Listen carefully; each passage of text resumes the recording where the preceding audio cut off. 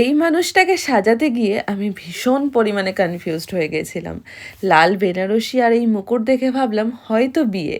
না, বিয়েও নয়, আবার গায়ে হলুদও নয়, আবার রিসেপশনও নয়। আরে লোকেশনটার ব্যাপারে যত বলবো ততই কম হয়ে যাবে। এটা কোনো সাধারণ ভেন্যু বা ফার্ম হাউস নয়, এটা হলো আমার প্রিয় মুখরোচক ব্র্যান্ড, মানে যেটা তোমাদের স্ন্যাক্সের ব্র্যান্ড মুখরোচক, তার ফার্ম হাউসে চলে গেছিলাম। এটা ফ্যাক্টরি বিকেম ফার্ম হাউস।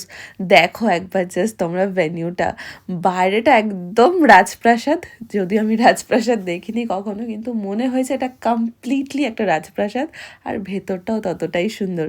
আরও তোমাদেরকে ঘুরে ঘুরে দেখাবো যে কি কি রয়েছে। একবার কি আছে বলো আজকে? আজকে আমার আশীর্বাদের লুক আছে আর এনগেজমেন্টের লুক আছে। আচ্ছা, বেশ সুন্দর। আশীর্বাদে এরকম একটা সুন্দর শাড়ি পরছে, তার সাথে একটা মুকুট। মুকুটটা কিন্তু নর্মালি আমরা আশীর্বাদে দেখতে পাই না।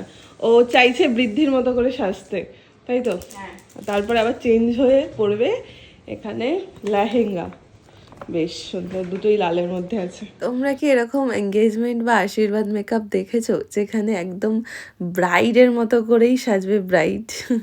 মানে ওর পছন্দ একদম একটু অন্যরকম আমার কাছে লেগেছে। সেটা হচ্ছে ওর আজকের দিনে একদম বৃদ্ধি বা গায়ে হলুদে নর্মালি যেটা সেজে থাকে, তার সাথে একটা লাল বেনারসির মতো শাড়ি।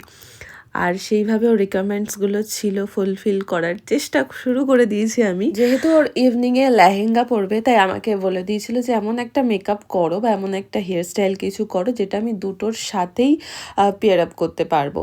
তো আমি ভাবলাম যে ও লাল, যেহেতু লাল পরেছে ফার্স্টেই, তো সেই জন্য একটা বাঙালি লুক দেওয়া যাক। আর সেই লুকটা যেন পুরোপুরি আবার লেহেঙ্গার সাথেও চলে যায়। আই মেকআপটা করার আগেই আমাকে বলেছিল যে মৈত্রী, আমি আগে যতবারই সেজেছি বা যার কাছেই সেজেছি আমাকে কেমন চায়না চায়না বানিয়ে দিয়েছে। তো তুমি চেষ্টা করো যে আমার চোখটা যেন একটু বড় বড় লাগে, একটু টানা টানা লাগে। তোর রিকোয়ারমেন্টসটা মাথায় রেখে যে ওকে কীভাবে আইটা করলে ভালো লাগবে বা ঠিক কতটা টানা টানা করলে দুটো আউটফিটের সাথেই মানানসই হবে, সেইভাবে আমি একটা আই মেকআপ করি খুব হালকার ওপরে। যেহেতু এটা একটা দিনের বেলার সাজ, তার উপরে এটাকে একদম লম্বা সময় লং লাস্টিং করাতে হবে, তাই ওকে আমি চেষ্টা করেছি যে যেটুকুই ক্যারি করুক সেটুকু যেন ভীষণ লাইট ওয়েট হোক। আর এখানে দেখো আমি একটা আইল্যাশ ইউজ করছি। তোমরা অনেকে আমাকে জিজ্ঞাসা করো যে কি আইল্যাশ আমি ইউজ করি।